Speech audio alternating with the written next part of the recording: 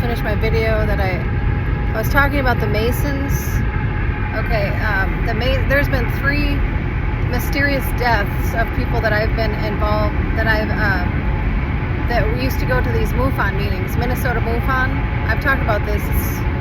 We used to have a huge group in Minnesota, like 100 people, and then COVID happened, and it's just never. But then now, we've had this weird stuff going on, and 3 people that I knew personally are now dead. Okay, one of them was named Craig Lang, and he went to the Star Works event that was put on by Paola Harris in Laughlin, Nevada. Okay, I think this was in 2020, maybe 2019. I don't know. I can't remember exactly the year, but he apparently got sick at that event, and he went to a hospital in Laughlin, and they said he died of COVID. So he never made it back to Minnesota. Okay, that's how he died. And then my personal friend. Well, there was 2 of them after that I knew, more personally. I didn't really know Craig, but I knew, I saw him at the meetings and stuff. But then this other guy named Tom Woods, he did the audio for like 4 years in a row for that same event, Star Works USA. Okay, and his name was Tom Woods, and so anybody that attended that, you probably saw him. He was the main. He did the main audio.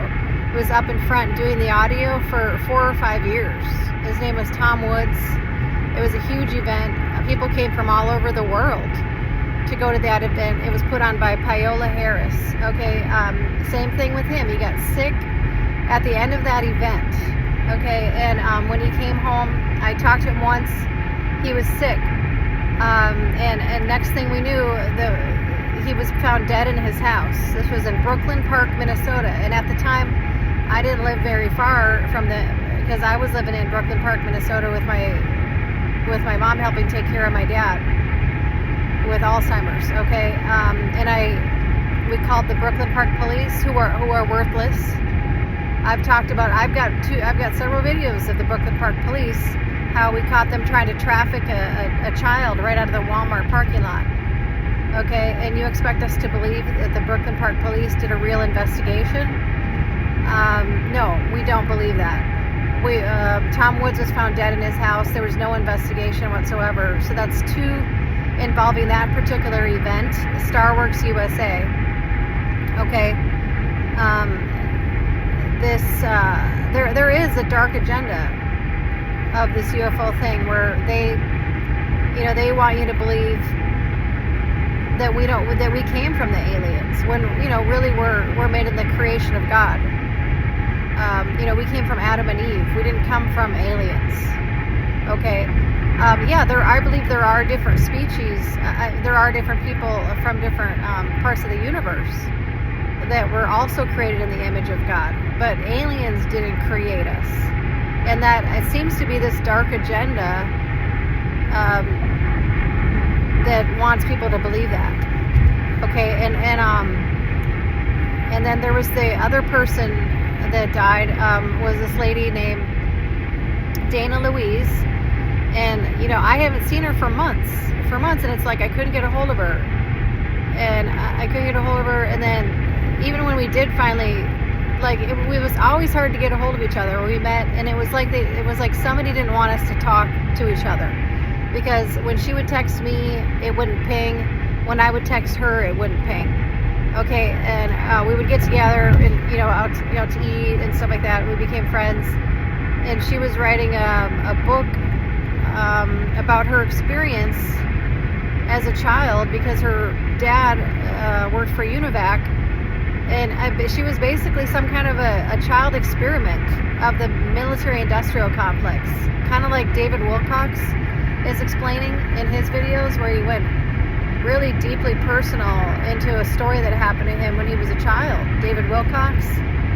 Okay, how when he was a child, his dad worked for GE in California. California, and he, unbeknownst to him, he was being literally experimented on at night and then brought back to his crib, and his parents didn't even know.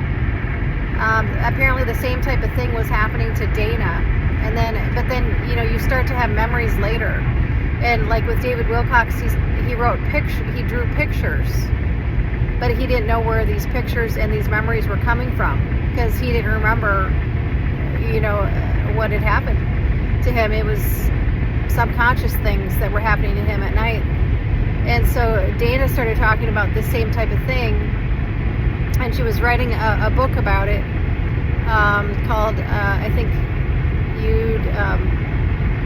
you'd never believe this, but I think or something like that. She was on a couple radio shows. Her name is Dana Louise. You can look her up. She has blonde hair. I forgot the name of the book, but now she's dead now, and it's like they were being really shady about it and not telling me what was going on. And for the longest time, I said, "Where's Dana been?" And people were like, "Oh no, we haven't seen her." And then it's like, okay, well, okay, and so why can't anybody get a hold of her? Why doesn't she get back to me? So they finally admitted that now she's dead. Okay, now we don't know what happened, but I asked Tom Meyer, the state MUFON head, representative, for a formal statement. I said, Tom, this is the third person. Are you going to make some kind of a statement to MUFON as to what happened here?